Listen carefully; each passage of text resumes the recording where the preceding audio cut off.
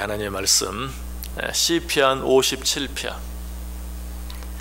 8절에서 11절까지 있는 말씀 봅니다.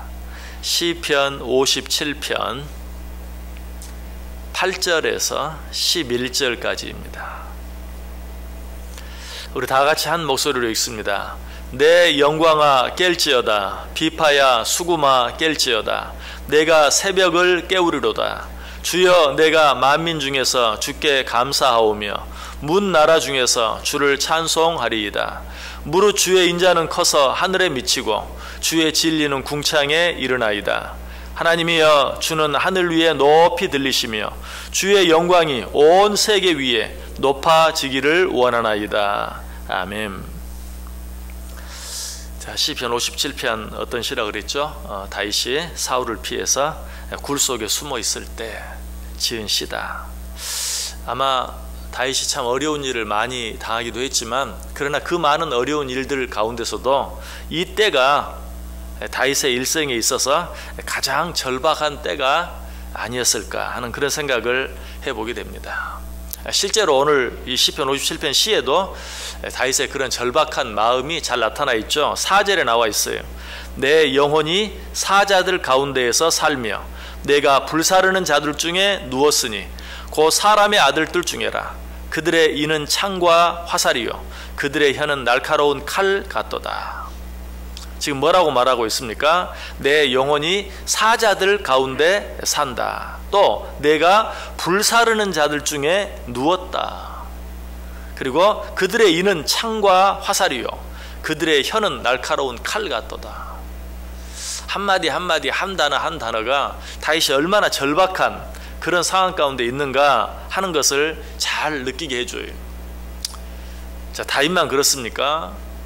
사실 우리들의 상태도 자세히 생각해 보면 우리들의 어떤 가정의 문제, 사업의 문제, 건강의 문제, 또 어떤 사람과의 관계의 문제 등으로 인하여 사자들 가운데 누워 있는 것과 같은, 나를 불사르는 자들 가운데 거하고 있는 것과 같은 그런 상황 가운데 있는 우리들의 모습을 때때로 자주자주 보게 됩니다.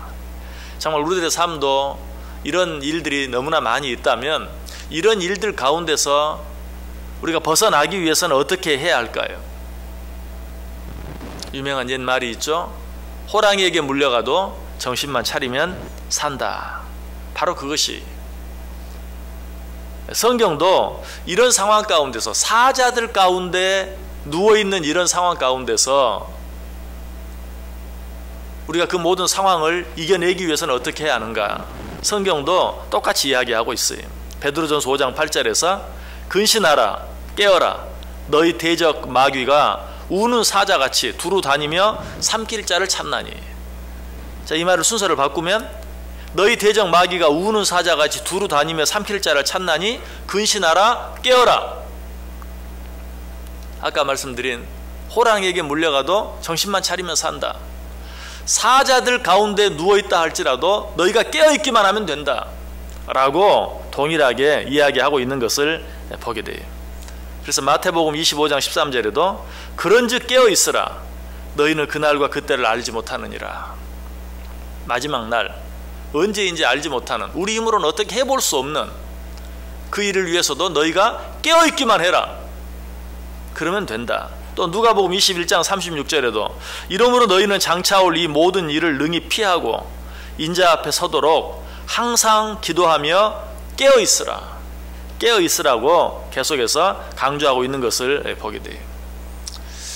혹 이런 말씀들이 나와는 상관없는, 특별히 모든 사람이 잠을 자는 이 시간에 자지 아니하고 깨어서 이 자리에 나와 있는 나와는 상관없는 말씀이다 라고 생각하는 분 계십니까? 마가복음 13장 37절에 깨어있으라 내가 너희에게 하는 이 말은 모든 사람에게 하는 말이니라. 육신적으로 잠들지 아니하고 깨어있다고 생각하는 우리들조차도 너희도 깨어있으라. 몸만 깨어있을 것이 아니라 너희의 마음이, 너희의 영이 깨어있도록 하라 라고 우리에게 분명하게 말씀하고 있어요. 자, 그렇다면 근신하고 깨어있으라는 말은 좀 더 구체적으로 어떤 의미일까요? 우리가 이런 말들을 너무 자주 듣는데 근신한다는 것, 깨어 있는다는 것, 이게 어떤 상태를 말할까요?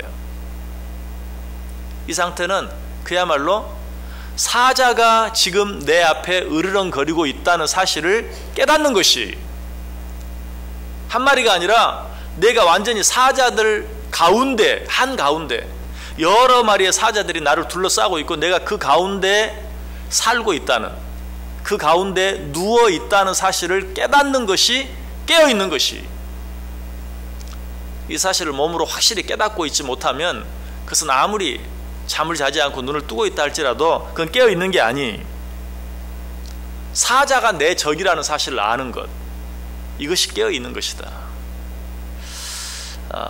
우리의 적은 개나 늑대가 아니, 개나 늑대는 적당히 피하고 또 적당히 겁을 주면 도망갈 수 있어요. 그러나 사자는 달라요. 엊그저께도 동물의 왕국을 봤더니 사자가 기린을 잡아먹는, 참 대단하더라고요. 사람으로 따지면 뭐 자기보다 한 10배 이상 높고 크죠. 10배가 뭡니까? 그런데 그 기린을 점프를 해서 올라타서 기어이 쓰러뜨려 가지고 자기 먹이로 삼는 사자의 모습을 봤어요. 야, 저게 사자구나. 우리의 적은 개나 늑대가 아니라, 여우가 아니라 사자라는 사실, 이걸 확실히 아는 게 깨어 있는 거예요. 내 적이 사자라는 사실을 알면 깨어 있을 수밖에 없어요. 너희 대적 마귀가 우는 사자와 같이 집어삼킬 자를 찾는다. 그러므로 너희는 깨어 있어라. 사실 사자가 내 적이라는 사실을 알면 오히려 마음이 편안해져요. 왜? 사자는 내가 상대해야 할 그런 어떤 상대가 아니에요. 하나님이 도와주지 아니하면 이길 수 없고, 하나님이 함께하지 아니하면 질 수밖에 없는 그 적이 바로 사자예요. 그러므로 하나님께 맡길 뿐이지 내가 할 수 있는 어떤 일이 없는 것이, 그러므로 사자가 내 적이라는 사실을 분명히 아는 자는 하나님께 온전히 맡기고 오히려 어때요? 마음이 편안히 쉴 수 있는 것이. 그래서 모세가 애굽 군대가 뒤쫓아올 때 백성들을 향해 뭐라고 말합니까? 모세가 백성에게 이르되 너희는 두려워하지 말고 가만히 서서 여호와께서 오늘 너희를 위하여 행하시는 구원을 보라. 너희가 오늘 본 애굽 사람을 영원히 다시 보자 못하리라. 여호와께서 너희를 위하여 싸우시리니 너희는 가만히 있을지니라. 저 상대는 우리가 싸워서 이길 수 있는 그런 상대가 아니다. 너희는 가만히 서서 하나님이 너희를 위하여 싸우시는 싸움을 보라. 신명기 3장 22절에도 말하죠. 너희는 그들을 두려워하지 말라. 너희의 하나님 여호와께서 친히 너희를 위하여 싸우시리라. 신명기 20장 4절에도 너희 하나님 여호와는 너희와 함께 행하시며 너희를 위하여 너희 적군과 싸우시고 구원하실 것이라. 너희 하나님이 너희를 위하여 싸우시고 너희를 그 적 가운데서 구원해내 주실 것이다 라고 이야기하고 있어요. 이처럼 내 적이 사자라는 사실을 알고 깨어있기만 하면 하나님이 우리를 위하여 싸워주시고 오히려 내 마음이 어떻다고요? 그 안에서 평안할 수 있다라고 우리에게 말해주고 있어요. 다윗도 이 사실을 분명히 알았어요. 그래서 뭐라고 말합니까? 오늘 8절에서 내 영광아 깰지어다, 비파야 수구마 깰지어다, 내가 새벽을 깨우리로다. 내가 지금 사자들 가운데 누워있는 이 상황 가운데서 할 수 있는 한 가지 일은 새벽을 깨우는 일,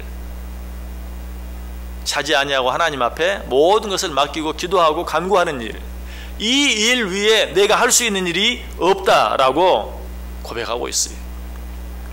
우리가 깨어서 비록 사자들 가운데 누워있다 할지라도 깨어서 하나님께 맡기고 기도할 때 우리의 영안이 열려져서 무엇이 보이는 줄 아세요? 사자의 내 발에 이미 하나님께서 착고를 채워 놓으신 것을 보게 돼요. 우리가 깨어있지 아니하면 나를 둘러싸고 있는 사자들이 으르렁거리는 이제 나는 죽었구나, 그 생각 외에 아무것도 들지 않아요. 그러나 비록 그런 상황 가운데서라 할지라도 이 속담을 빌리면 호랑이에게 물려가도 정신만 차리면 산다는 말처럼 그런 가운데 있다 할지라도 깨어서 하나님 앞에 기도하면 우리의 영안이 열려서 이미 하나님께서 내 힘으로는 도무지 감당할 수 없는 그 사자들의 발을 쇠고랑이 채워 놓으신 것을 보게 된다는 거예요. 그게 보여요. 다니엘이 그것을 보았죠. 그래서 다니엘 6장 22절에 나의 하나님이 이미 그의 천사를 보내어 사자들의 입을 봉하셨으므로 사자들이 나를 상해하지 못하여 싸우니. 다른 사람들의 눈에는 보이지 않았어요. 그래서 아이고 다니엘 불쌍하다, 죽었구나 이제. 심지어는 왕까지도 어때요? 그 사자 굴 속에 와서 다니엘아 네가 아직 살아있느냐, 네 하나님이 너와 함께 하셨느냐.